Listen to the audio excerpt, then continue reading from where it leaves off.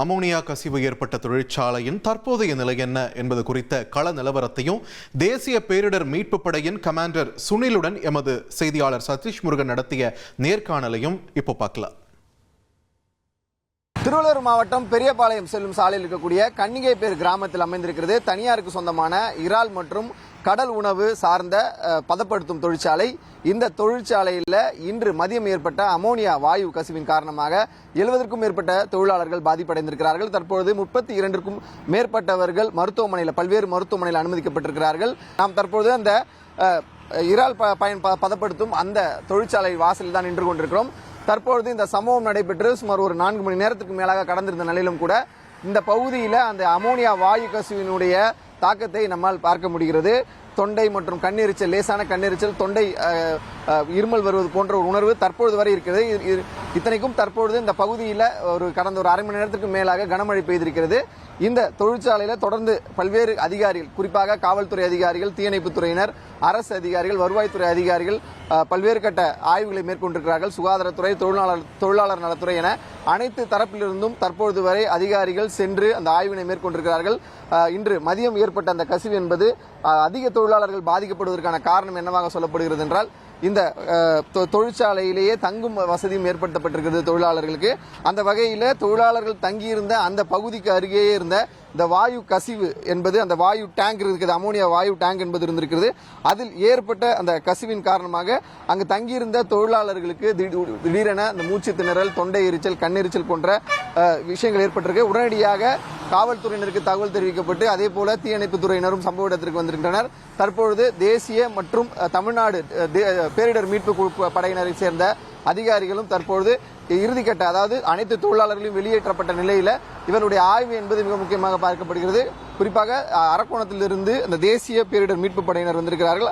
அதிலும் குறிப்பாக இது போன்ற பெரிய தொழிற்சாலையில் ஏற்படக்கூடிய இந்த வேதியியல் கசிவு, வாயு கசிவு, அதே போன்று ரேடியாலஜிக்கல் என்று சொல்லக்கூடிய கதிர்வீச்சு கசிவு போன்ற விஷயங்களை ஹேண்டில் பண்றதற்கான ஸ்பெஷல் டீம் என்பது வர வைக்கப்பட்டிருக்கிறது.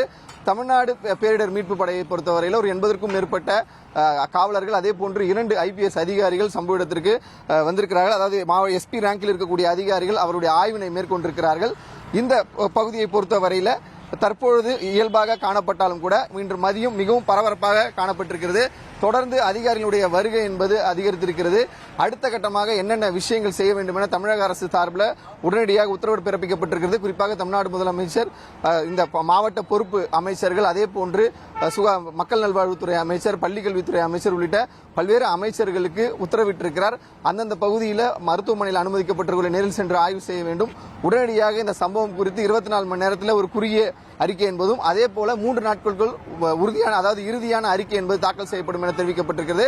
தற்பொழுது வரை இங்கு பாதிக்கப்பட்ட அந்த தொழிலாளர்கள் திருவள்ளூர் மாவட்ட அரசு மருத்துவக் கல்லூரி மருத்துவமனையிலும், அதே போன்று 2 தனியார் கல்லூரியிலும் தனியார் மருத்துவமனையிலும் வைக்கப்பட்டிருக்கிறார்கள்.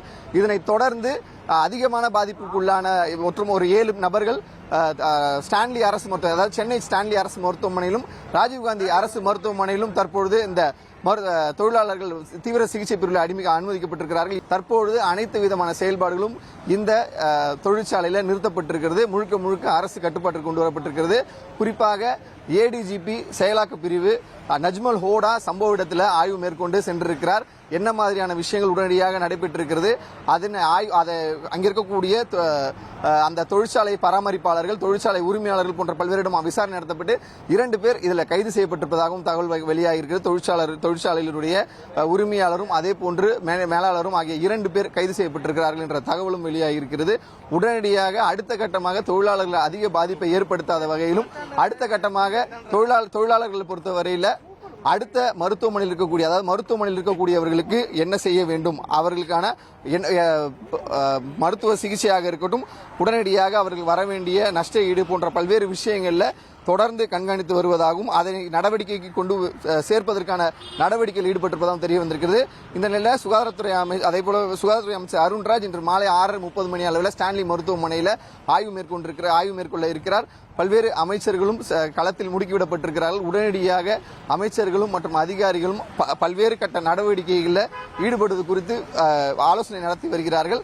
குறிப்பாக இந்த தொழிற்சாலை திடீரென ஏற்பட்ட இந்த வாயு கசிவு காரணமாக என்ன மாதிரியான பிரச்சனைகள் இதில் இருந்திருக்கு பார்த்தீங்கன்னு சொன்னா, தொழிலாளர்கள் இங்கு பணிபுரிவதை தொடர்ந்து தற்பொழுது அவர்கள் அங்கே தங்க வைக்கவும் பட்டிருக்கிறார்கள். அங்கே தங்க வைக்கப்பட்டிருந்த அந்த ஹாஸ்டலில் தங்க வைக்கப்பட்டவர்களால் மட்டும்தான் இந்த பாதிப்பு என்பது ஏற்பட்டிருப்பதாக முதற்கட்டமாக தெரிய வந்திருக்கிறது.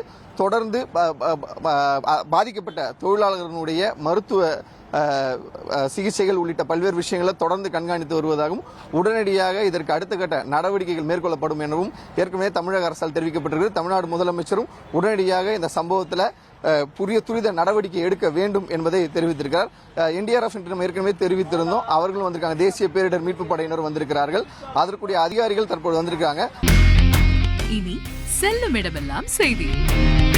தந்தை டிவியின் வாட்ஸ்அப் சேனலை ஃபாலோ பண்ணினா செல்ல இருக்கும் இடமெல்லாம் செய்தி. இதோ QR கோட் இப்பவே ஸ்கேன் பண்ணுங்க, ஃபாலோ பண்ணுங்க.